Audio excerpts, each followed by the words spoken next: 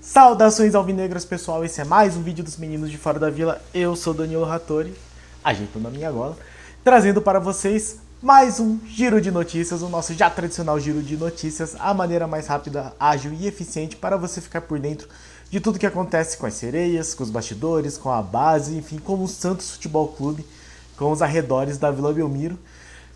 Vamos falar aqui de sereias, vamos falar aqui de resultados da base, vamos falar aqui de lesões também, é alguma coisa que preocupa sempre. Mas antes, peço sempre, se inscreve no canal se você não for inscrito. Se você já for, muito obrigado. Muito obrigado a todos os nossos 606 inscritos.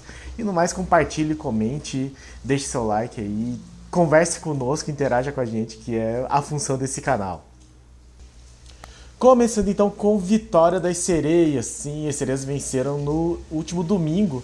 Venceram a SMAC do Pará por 5-3. Não foi um jogo fácil, eu não consegui assistir, eu estava meio na correria, mas estava acompanhando a transmissão pelo Eleven Sports, se eu não me engano.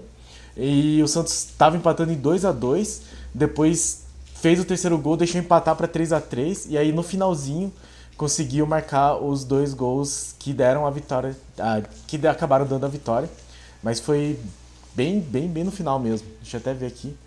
Aos 46 do segundo tempo, a Brena marcou o último gol. E antes disso, e aos 33, né? Então a Brena marcou aos 33 e aos 46 do segundo tempo.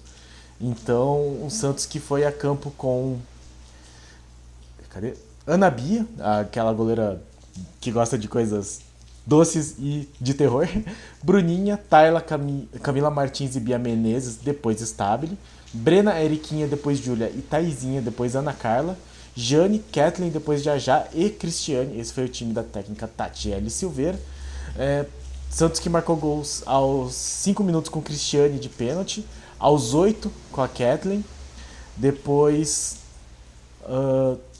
aos 27 do primeiro tempo sofreu empate, sofreu um gol, aos 34 do primeiro tempo sofreu um empate, aos 13 a Cristiane marcou o 3-2, a Laura Capanema marcou aos 15, logo em seguida então o Santos já tomou empate de novo, e aí aos 33 e aos 46 do segundo tempo o Santos consolidou essa vitória com Brena. Jane aos 33 e Brena aos 46 do segundo tempo. Com este resultado, abro aqui a nossa tabela, o Santos sobe um pouco aí e sobe uma posição, passa a Ferroviária com 18 pontos e fica aí na quinta colocação. Então, um pouco distante ainda do São Paulo, que é o quarto, tem 23 pontos, e ainda muito próximo dos times que estão abaixo. Então, o Atlético Mineiro, que é o nono, fora da zona de classificação, tem 16 pontos, o Santos tem 18. Então, o Santos ainda não conseguindo garantir a sua classificação. Essa foi a 11ª rodada, então 11 jogos já. Lembrando que essa primeira rodada são só 15, então o Santos tem mais 4 jogos aí para terminar essa primeira fase. A próxima rodada vai ser só no dia 11 para a maioria dos times, mas o jogo do Santos vai ser no dia 15 de junho, às 3h30. Se eu não me engano, é uma quarta-feira, então assim, um horário excelente. Véspera de feriado aí, dia 15, 3h30 da tarde. Eu acho que é para ter transmissão do Sport TV, se eu não me engano foi um pedido acho que do Sport TV para fazer a transmissão. Então Santos e Cruzeiro, na verdade Cruzeiro e Santos no Sesc Alterosas, para dar continuidade aí no Campeonato Brasileiro. A SMAC, que inclusive tem 5 pontos, está em penúltimo no campeonato, então um resultado aí que deixa uma certa dúvida na questão do trabalho da Tatiele, que não vem fazendo um campeonato assim muito bom. Mas a Cristiane continua sendo artilheira com 11 gols. E o Cruzeiro que está em... Cruzeiro que está em 12º, então na beira da zona do rebaixamento com 10 pontos. Jogo que... Bom, o Santos sofreu com o SMAC. O Cruzeiro é que não vai ser fácil, né? Pelo Brasileiro Sub-20, o Santos, que vem aí muito bem no Campeonato Paulista, estreou no sábado, dia 18. No sábado, hoje é dia 9, né? No sábado, dia 4. Venceu a Chapecoense, recebeu a Chapecoense e venceu no CT Rei Pelé. Os 2 gols marcados pelo Victor Michel.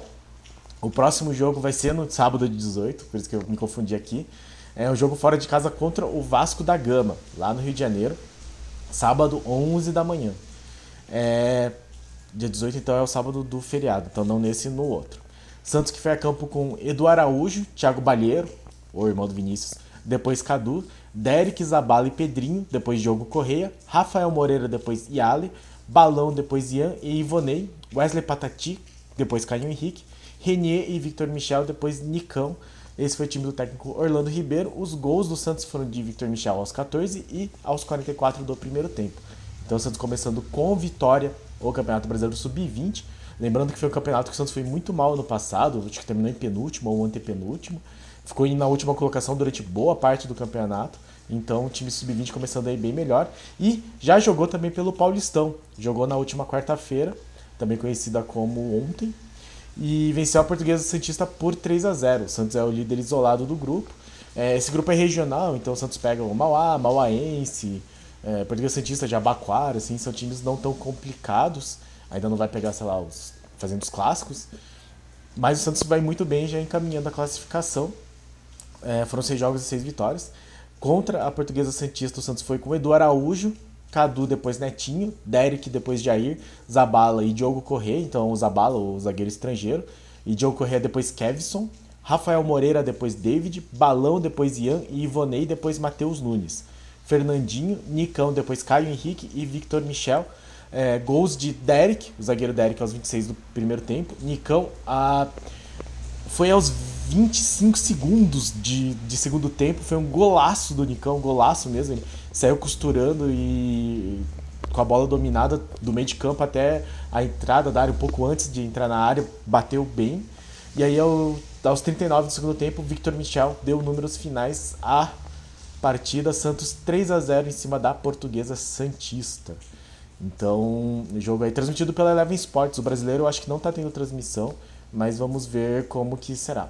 Próximo jogo do Paulista é no próximo domingo, dia 12, então. Às 3 da tarde, tem transmissão da Eleven Sports, vai pegar o Mauá. Jogo em Mauá. Eu acho que é o Mauá e não o Mauense, então deve ser o Mauá. E aí, pelo Sub-15 e pelo Sub-17, os dois Santos estão já classificados. Né? O Sub-15 precisava, acho que, de um empate para se classificar. E venceu o Jabaquara por 4-0. Gols de Vinícius Lira, Luca Meirelles, Pepe Firmino e Murilo. Com esse resultado, o time de Rafael Bahia chegou aos 18 pontos, garantiu a primeira colocação do grupo e ainda vai, na última rodada, enfrentar o Mauaense no próximo sábado, às 11 da manhã. O time que entrou em campo foi Vinícius Lima, Ligeiro, João Alencar, João Ananias, depois Rafael Gonzaga e Vinícius Lira, Lucas Jaime, Gabriel Coco, Rian, depois Yuri e Pepe Firmino, depois Murilo, Matheus Xavier, João Victor, depois Isaac e Luca Meirelles, depois Fernando Pradella. Esse é o time do Santos que tem só uma derrota, perdeu para o Mauaense, e no resto foram 5 vitórias em 6 jogos, além dessa vitória de 4-0 sobre o Jabaquara. No Sub-17, o Santos empatou com o Jabaquara, 1-1, e o Peixe já estava classificado, então vai enfrentar também o Mauaense na última rodada. O gol do Santos foi marcado por Gustavo Henrique, e o time que entrou em campo foi o time da Alder Campos, inclusive, entrou em campo com Rodrigo Falcão, Netinho, depois Netinho, Lenin, Samuel, depois Diego e Souza, Everton, depois Bernardo, Gustavo Henrique e Matheus Lima, Gabriel Bontempo, depois Pedro Ian, Pedro Amarante, depois Arthur e Rodrigo César. Esse é o time das goleadas, meteu 10-0 no Mauá, 5-1 na Portuguesa Santista, 5-0 no Jabaquara, aí teve 2 empates, depois já meteu 7-0 na Portuguesa Santista e agora empatou com o Jabaquara de novo, mas já estava classificado. Vai enfrentar o Mauaense só para cumprir tabela. Terminando aqui o nosso giro da base, mas ainda não o giro de notícias, o Santos recebeu uma notificação de multa pela Conmebol, mas não é a questão ainda da invasão do estádio.